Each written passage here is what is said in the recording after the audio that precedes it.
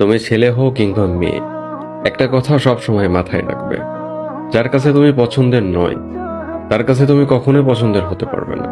এখন তুমি তার জন্য স্যাড মিউজিক শোনো, হাত কাটো, মাথা ফাটাও বা ডিপ্রেশনে যাও, কোনো লাভ নেই। নিজেকে দিয়েই ভাবো, তোমার যাকে ভালো লাগে না তাকে কোনো মূল্যে তোমার পছন্দ হবে না।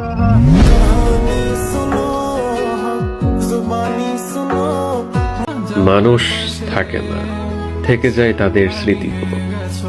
খারাপ মানুষ ঠকে না, ঠকে যায় ভালো মানুষগুলো। তোমার সুন্দর চেহারাটা দেখে তোমাকে ভালোবাসি কথা বলার মানুষের অভাব নেই। আমি জানি প্রতিনিয়ত অনেক মানুষ তোমার প্রেমে পড়ে, আমিও পড়েছি। তবে বিশ্বাস করো, আমি বাকি সবার মতো তোমার সুন্দর চেহারাটা দেখে প্রেমে পড়িনি। আমি প্রেমে পড়েছি তোমার ব্যক্তিত্বের। কখনো দুর্ঘটনা কিংবা কোনো কারণবশত যদি তোমার চেহারাটা ঝলসে যায়, তখন দেখবে তোমাকে ভালোবাসি কথাটা বলা অনেক মানুষ তোমার জীবন থেকে হারিয়ে গেছে। কিন্তু তখনও আমি তোমার জীবনের সাথে থাকবো, কেননা আমি তোমার সুন্দর চেহারাটার প্রেমে নয়, আমি তোমার ব্যক্তিত্বের প্রেমে পড়েছিলাম।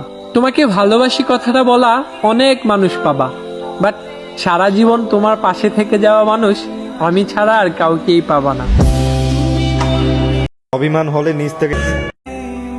সত্যি তো এটাই যে ছেলেরা ভালোবাসে কিন্তু অভিনয় করে না, আর মেয়েরা অভিনয় করে কিন্তু ভালোবাসে না। তাই রাস্তায় পাগল দেখা যায় কিন্তু পাগলি না।